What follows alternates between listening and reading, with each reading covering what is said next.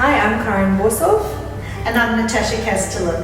And we're down in Willumba at the Gallery Downtown with our exhibition, Suburban Entrapment.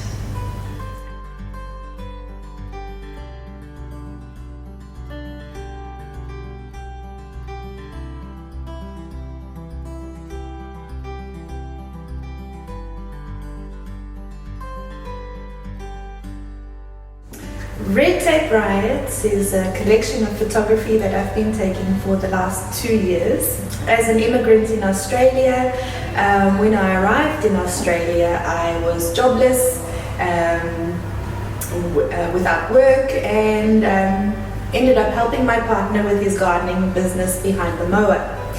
At the end of every session of mowing, my partner would go off and show off our handiwork to the clients, and I would walk around the streets with my camera photographing the road markings, which were vaguely similar to back home, and they became a form of expression for the feelings and emotions and activities that I was going through in the immigration process. So when I arrived here in February 2019, I had to leave a lot of things at home, one of which was my camera equipment. So I arrived, I got myself the best mobile camera that I could get, and it became the medium with which I took photos and expressed thoughts that I had. When COVID hit and we were somewhat trapped in suburbia, which is where the title of the exhibition comes from, Suburban Entrapment, was a sense of not being able to get out, not being able to go anywhere, and within the restrictions that we have, doing what we can. And as part of the process, walking through the streets in the mornings and the evenings when you have a break became somewhat of an outing, and listening to the sounds that came from homes, things that you would usually overlook on a regular day without lockdown became an experience. The process behind Red Tape RIOTS, there are some rules that I like to follow for the photography. The photography should be graphic in nature. It should be linear. It needs to be an industrial or utilitarian subject.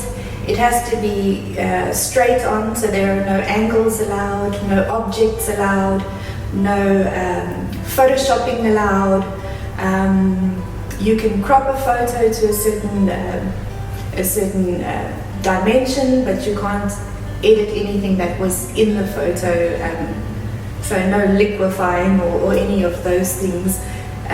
Also, there was not allowed to be any living flora and fauna, so no trees, or if there happened to be a dead leaf or something that was there. But it was also interpreting signs that already have meaning. For example, the turn left or turn right, or the solid white line, or the dotted line on the roads, on pavements, things that we use every day, we see them every day, and interpreting them in a new way on these lockdown journeys that I went on.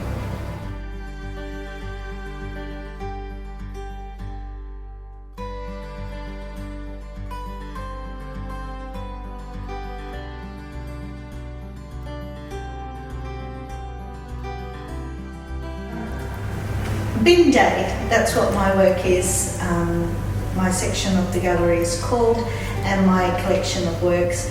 And often when you are writing a story or doing something, they suggest write about what you've experienced, write about the life you know. And the life I know is Australian suburban living. I grew up in the western suburbs of Sydney, and like 80% of Australians, I live in the suburbs.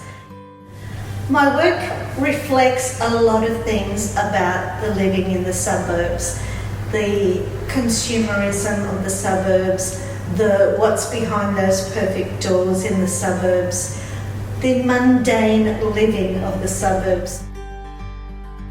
So the process for my work also starts with photography, and often means on a bin day I go for a walk and take photos of the bins. I didn't think that I had rules, but as I listened to you talking, my rules was I had to have no people in my photos.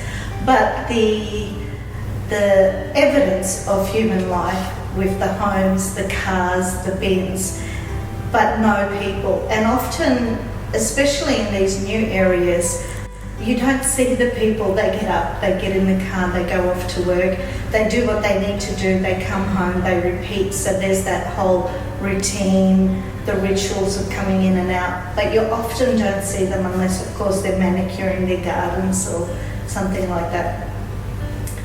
But just like Karen, COVID has brought the suburbs a little bit different this year. And this year when I went out taking photos, I had trouble finding on a bin day photos without people around, because people went for walks more, people were out and about more. And I think that was where COVID was meant to entrap us in our homes. It was just the most beautiful thing. You would go out and there were neighbours out walking, because that was the only thing we could do. So we went out walking, and I had actually a bit of trouble getting photos without people in it, which was beautiful. So one of the things that's important to me when I do any work, but particularly with this body of work, is being able to capture light.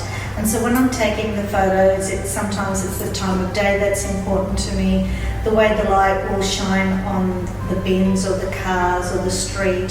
Sometimes it's the elongated shadows that I capture that really are interesting.